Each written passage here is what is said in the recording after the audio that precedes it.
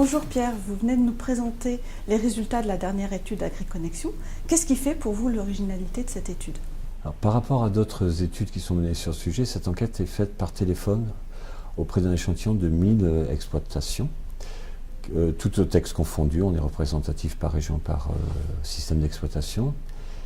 Et elle permet, en gardant les mêmes tendances, de montrer les vrais volumes d'utilisation des nouvelles technologies. Que ce soit les opérations bancaires, que ce soit l'utilisation des blogs, les logiciels d'élevage. Vous avez réalisé une première édition en 2014-2015, donc c'est la deuxième. Quelles sont les évolutions entre les deux versions? L'étude est faite en fait sur panel, donc l'échantillon n'a pas vraiment bougé en termes de sociologie.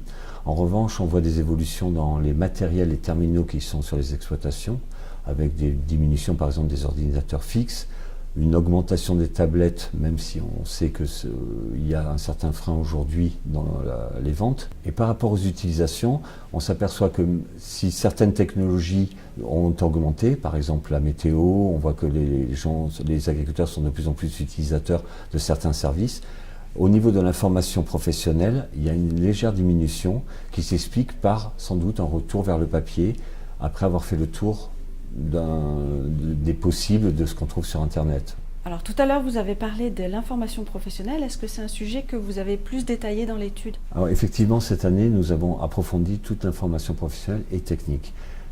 Et on s'aperçoit qu'en fait, les agriculteurs ont gardé une certaine partie des médias traditionnels, que le papier reste présent, les salons, la distribution, tout le face-à-face reste encore en place, comme si, après avoir fait beaucoup le tour du numérique, ils sont revenus à des choses un peu plus traditionnelles parce qu'ils ont appréhendé la masse d'informations qui leur était présentée et ils sont re-rentrés dans les nouvelles logiques de communication.